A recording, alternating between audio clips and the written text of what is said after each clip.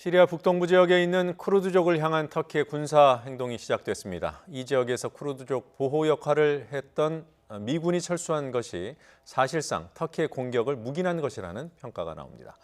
미국이 주도한 IS 격퇴전에 참전했던 쿠르드족 입장에서는 배신이라고도 할 수 있습니다. 알수록 볼수록 더 넓은 세계. 오늘은 한 번도 독립국가를 가져본 적 없는 최대 규모의 민족, 중동의 집시 쿠르드족에 대해 알아보겠습니다. 박원곤 한동대 국제지역학 교수 자리하셨습니다. 안녕하십니까? 네, 안녕하세요. 안녕하세요. 지금 중동의 집시라고 했잖아요. 어떤 민족입니까? 전체를 총 한 3천에서 4천만 명 정도로 지금 예상이 되고 있고요. 네. 한 번도 독립국가를 가지 못한 단일 민족입니다. 아리안계 민족이고 네. 동일한 언어 쿠르드어를 쓰면서 또 여러 가지 그 역사를 공유하고 있는 민족이죠. 그럼에도 지금 전체적으로 그 중동 지역에 분산돼서 살고 있습니다. 네. 예를 들어서 터키가 이제 가장 많고요. 지금 나오는 것처럼 1,500만 명, 그 다음에 이란에 800만 명, 이라크 500만 명, 시리아 200만 명 정도 되는 거고요. 종교는 이슬람교인데 수니파입니다. 그래서 네. 사우디가 종주인 수니파에 속하는 그런 민족이죠. 터키와 쿠르드족의 관계는 전통적으로는 어땠습니까? 터키에 지금 보시는 것처럼 1,500만 명이면 터키 전체 인구 한 8천만 명 정도 되니까 네. 19% 굉장히 적지 않은 숫자고요. 네. 터키 입장에서는 늘 신경이 쓰이는 그런 민족이죠. 적지 않은 민족이 일정한 그 남부 지역에 주로 산악 지역에 있습니다. 산악 네. 지역에서 살고 있고 또 한 40년 전에 이미 PKK라는 터키에 대해 쿠르드 노동자당을 만들어서 독립을 선포해갖고 계속 그 터키 정부랑 갈등을 하고 있었거든요. 네. 그러니까 터키 입장에서는 일종의 눈엣 가시 같은 입장이고 또 이라크 북부에 있는 쿠르드족이랑 연합을 해서 주로 이라크 북부에 거점을 갖고 터키에 대해서 공격을 하는 그런 형태로 지속이 돼 와서 터키 정부가 늘 신경을 쓰는 그런 민족입니다. 네, 쿠르드족이 지금 분포해 있는 거주하고 있는 곳이 터키 남부, 시리아 북부, 이라크 북부, 그리고 또 이란에도 있고. 예. 그러면 지금 터키 입장에서 보면은 적어도 시리아, 이라크 쪽에 있는 쿠르드족과 예. 터키 내부에 있는 쿠르드족이 연계할 가능성을 우려하는 거군요. 그것이 가장 핵심이죠. 그래서 이른바 쿠르드니스탄이라고 불려서 주로 산악 지역에 사람이 살 만한 곳이 못 되는데 어쩔 수 네. 없이 이 민족이 밀려나 보니까 이제 그런 곳에서 주로 살게 되고 거점을 이루게 됐고요. 이게 시리아 내전이랑 불가분의 관계가 있습니다. 왜냐하면 시리아 내전이 2011년 이른바 아랍의 봄으로 시작이 되니까 시리아 내전이 굉장히 복잡한데요. 그 안에서 어쨌든 시리아의 그 정부가 그 통제권을 잃기 시작하면서 북부 지역에서 거주하던 쿠르드족들이 동북부 지역을 차지하고 네. 자치를 선포를 했습니다. 그래서 그 나름대로 거기서 세를 이제 확장하고 있었던 상황이고요.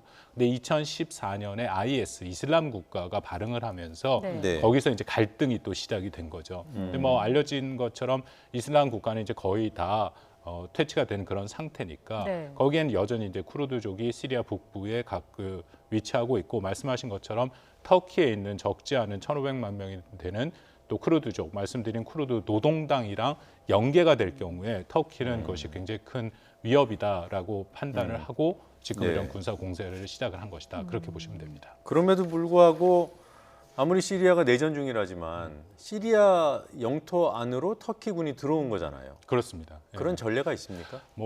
역사상 전쟁은 있으니까 전쟁은 다른 국가의 주권을 침해하는 형태로 들어가는 형태가 워낙 많았으니까요. 쿠르드족 때문에. 근데 쿠르드족 때문에 들어간 적은 없고요. 이게 그래요? 굉장히 특수한 상황입니다. 왜냐하면 네. 시리아가 지금 여전히 그 내전이 완전히 끝나지는 않은 상태고 그리고 말씀드린 것처럼 시리아 정부, 그 알아사드 정부라는 거기도 사실 굉장히 문제가 심각한 독재 정권이지 않습니까? 근데 거기를 상대로 IS가 있었고 또 시리아의 그 정부를 반대하는 그런 세력들이 그 안에서 내전을 하고 있었는데 네. 그런 상황에서 그 윗부분을 쿠르드족이 차지하고 있었고 근데 지금 IS가 다 퇴치된 상태였기 때문에 시리아 정부의 입장에서는 그것을 다시 이제 수복을 하려고 생각을 하고 있었지만 아직까지는 그 통치력이 미치지 못하고 있는 상황이죠. 거기에 터키가 사실 올 1월 달에 미국이랑 터키랑 합의한 게 있습니다. 네. 그 지역을 일종의 안전지대로 만들자라는 거였거든요. 그래서 한 18마일이니까 한 32km 정도를 안전지역으로 만들어서 미국은 거기에 쿠르드족이 계속 있으면서 일종의 자치권을 행사하면서 있기를 바랬던 거고요. 터키는 그 지역의 쿠르드족을 몰아내고 지금 그 터키의 전체 그 시리아 난민이 한 360만 명 정도 됩니다. 네. 그 중에 한 200만 명 정도를 글로 이주를 시켜서 그렇게 거기에서 일종의 이제 자신 그 터키에서는 부담을 덜게 되는 거죠.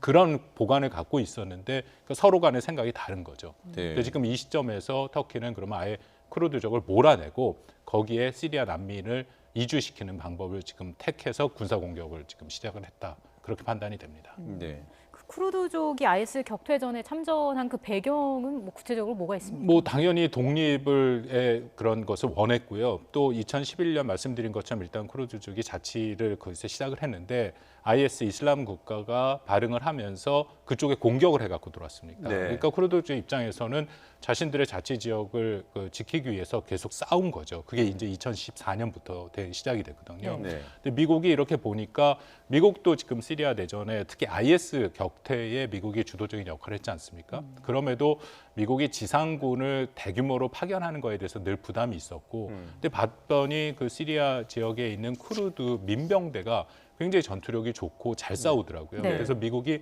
그러면 그들과 동맹을 맺고 IS 격퇴의 지상군 역할은 그들이 해라. 네. 해갖고 본격적으로 전쟁이 시작이 된 겁니다. 그러니까 쿠르드의 그 시리아에 있는 쿠르드족 같은 경우에는 일종의 미국과 동맹을 맺은 거죠. 네. 그래서 그것을 통해서 자신들이 IS 격퇴에 공헌을 세우면 그 지역의 최소한 자치권을 좀 인정받을 수 있는 그런 기대를 한 겁니다. 그래서 사상자도 11,000명 이상 나왔고요. 네. 부상자도 24,000명 지난 5년 동안 진짜 핵심적인 지상군 역할을 한 것은 사실입니다. 그러니까 핏값이 있는 거잖아요. 핏값이 있는 것이죠. 예. 근데 미국 뭐 트럼프 대통령은 이제 철군을 해버렸고요. 네. 그리고 터키가 들어오고 있고 예. 쿠르드족 입장에서는 배신이잖아요. 네. 굉장히 큰 배신이죠. 그래서 이건 뭐 당연히 쿠르드만의 문제가 아니라 세계적인 이슈가 되고 있고 더군다나 말씀드린 것처럼 터키는 이 쿠르드를 눈의 가시처럼 생각하고 있기 때문에 잘못하면 인종 말살까지도 가능하다. 그 지역에 있는 쿠르드족을 다 몰아내는 과정에서 굉장히 큰 피해가 발생할 수 있다. 바로 제가 들어오기 직전까지 외신을 확인했더니 벌써 사망자가 200명이 넘어가는 네. 쿠르드족에 200명이 넘어가는 그런 숫자고요. 지금 피난민이 7만 명이 넘어가고 있고, 네. 근데 굉장히 다시 큰 혼란이 지금 발생할 수 있는 그런 상황으로 접어들고 있습니다. 이제 트럼프는 왜 그런 거죠? 트럼프가 그런 거는 트럼프 대통령이 그 대선 전부터 본인의 공약이었습니다. 일단은 미국이 사활적인 이해가 걸리지 않은 지역에 더 이상 군사 작전을 할 이유가 없다. 거기에 아주 딱 꼬집어서 얘기한 게 중동에서 철수하겠다라는 얘기였거든요. 네. 사실은 조지 W 부시 행정부터 시작된 테러와의 전쟁이 아직까지도 미국의 발목을 잡고 있었고 트럼프 대통령이 그것을 이전에 오바마 대통령도 마찬가지였습니다. 오바마 대통령의 선거 공약도 중동에서 철수였거든요. 네. 그러니까 트럼프 대통령도 여전히 조금 훨씬 거친 방법이지만 미국의 이해가 거기에 반영 안 되니까 철수를 하겠다 하면서 시리아에서도 빼겠다라고 얘기를 한 것이죠. 근데 지금 문제가 미국 내에서 굉장히 큰 비판을 받고 있습니다. 미국뿐만 아니라 지금 유엔에서도 계속 이 문제가 상정이 될 정도로 세계적인 이슈가 되고 있는데 지금 시리아에 우리가 말하는 지역에 그 파견된 미군이 1,000명입니다.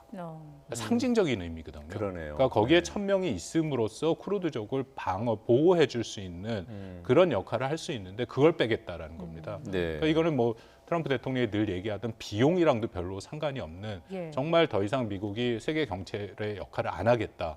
그런 어떤 상징적인 메시지가 매우 강하다고 생각합니다. 그럼 이렇게 되면은 트럼프 대통령의 입지에도 영향이 있을 수 있겠네요. 그렇습니다. 지금 공화당 같은 경우에 우리가 뭐 이 자리에 여러 번 얘기를 했습니다만 트럼프 대통령이 무슨 얘기를 하던 지금 탄핵 국면에 들어가서도 공화당이 트럼프 대통령을 지지를 했는데 이 문제는 좀 다르더라고요. 예를 들어서 린지 그레이엄 같이 상원의원이었죠. 트럼프 대통령의 최측근, 늘 트럼프 대통령을 이렇게 방어하던 사람도 이거는 굉장히 뭐 재앙이다라고 얘기할 만큼 지금 비판을 하고 있고요. 공화당 상원 원내대표도 이 문제에 대해서는 이런 결정은 결국 이란과 시리아의 알 아사드 정권과 러시아만 결국 혜택을 주는 것이기 때문에 이건 네. 미국의 정책으로 매우 부적절하다.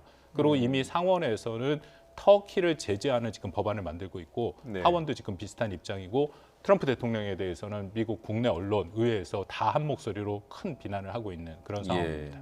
트럼프가 이렇게 간혹 올리는 그 트위터 등에 밝히는 입장을 보면 단순히 그 뭐 동맹 유지나 뭐 군 주둔 유지해서 들어가는 비용 때문이 아니라는 거는 알 수 있을 것 같아요. 한번 보면서 말씀드리겠습니다. 질문을 드려볼게요.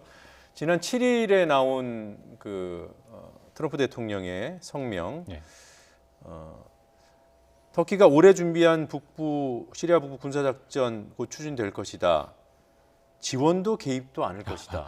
이 얘기는 뭐 무기나는 지금 터키 대통령과 통화 후라고 나와 있지 네. 않습니까? 그 에르도안 대통령, 그러니까 이거 에르도안 대통령에 대한 이해도 저희가 좀 필요한데요. 예. 이 사람이 지금 17년간을 통치하고 있는 권위주의 통치를 하고 있습니다. 네. 터키는 이슬람과 동양과 서양을 잇는데 나름대로 민주주의 전통이 있는 그런 국가지 않습니까? 네. 그럼에도 에르도안이 들어서 권위주의 정치를 계속했기 때문에 쿠데타도 일어나고 그랬습니다. 그러니까 그런 상황이고 지금 터키가 경제가 굉장히 안 좋아요. 그 정정이 불안하니까 작년에 계속 마이너스 성장을 하고 있고, 그러니까 에르도안 입장에서는 이런 또 터키 민족주의를 활용하기 위해서 쿠르드족을 공격하는 게 있고요. 에르도안 대통령이 트럼프 대통령과 사이가 별로 안 좋았습니다. 네. 왜냐하면 미국 이 금지한 지금 제재하에 있는 러시아 무기를 샀거든요. 네. 그것 때문에 굉장히 심각한 문제가 있었는데 방금 나온 것처럼 전화를 한 후에 문제가 트럼프 대통령이 전화를 하고 그대로 트위터에 밝혀버린 겁니다. 네. 일종의 그린 라이트를 준 거거든요. 그러니까 터키가 군사작전을 해도 된다라는 허용을 해버린 겁니다. 근데 이게 첫 단추가 잘못 낀 게 만약에 트럼프 대통령이 저런 생각을 하고 있으면 그거는 자신들의 참모들과 이 부처들과 다 상의를 해서 공식적인 입장을 밝혀서 가야 되는데 네. 예. 이걸 또 그냥 전화 끝나자마자 그냥 본인이 일방적으로 결정을 해버렸거든요. 알겠습니다. 네. 예. 8일 트위터에 올린 글이 눈에 들어오는데요. 터키가 미국의 큰 교육 상대다. 그러니까 터키 쪽하고 관계를 개선하는 게 쿠르드족 보호하는 것보다 훨씬 이롭다 이렇게 판단한 거죠. 예. 네. 저걸 보시면 지금 입장이 계속 바뀝니다. 네. 그러니까 처음부터 본인이 이것이 어떤 후과가 있고 어떤 심각한 문제가 있는지에 충분히 생각을 안 하고 그냥 일방적으로 즉흥적으로 해버리니까 굉장히 이 문제가 심각해졌지 않습니까? 그러니까 네. 터키에 대해서 경고를 하고 그랬다가 다시 터키 편을 들고 이제는 중재를 하겠다. 그러니까 계속 바뀌는 목소리가 나오고 있는 것이죠. 네.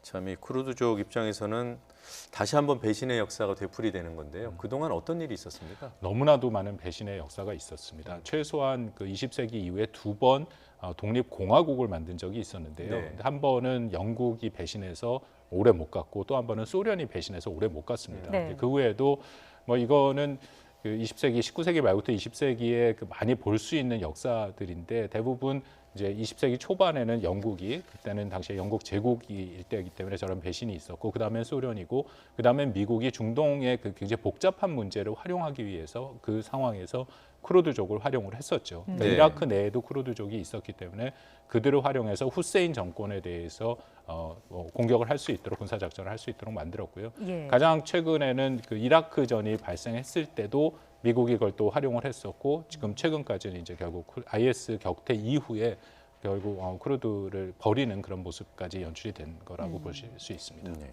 쿠르드족이 터키와 맞서게 되면 승산이 있습니까? 승산이 없지요. 왜냐하면 터키는 나토의 회원국이기도 하고 군사적인 게 이 쿠르드족 지금 시리아에 있는 것은 국가가 아니지 않습니까? 네. 그러니까 말 그대로 민병대입니다. 그래서 개인 화기 중심으로 무장이 돼 있고요. 근데 지금 터키가 공격을 할 때는 국가가 전쟁을 하는 식으로 공격을 했죠. 제공권을 활용해서 공군력과 또 포격을 가했고 중심 네. 타격. 그 다음에 지상군, 훈련받은 지상군의 막강한 화력을 갖고 지금 들어가는 거기 때문에 뭐 사실상의 글쎄요 이후에 뭐 게릴라전은 모르지만 네. 승산은 저는 거의 없다고 봅니다.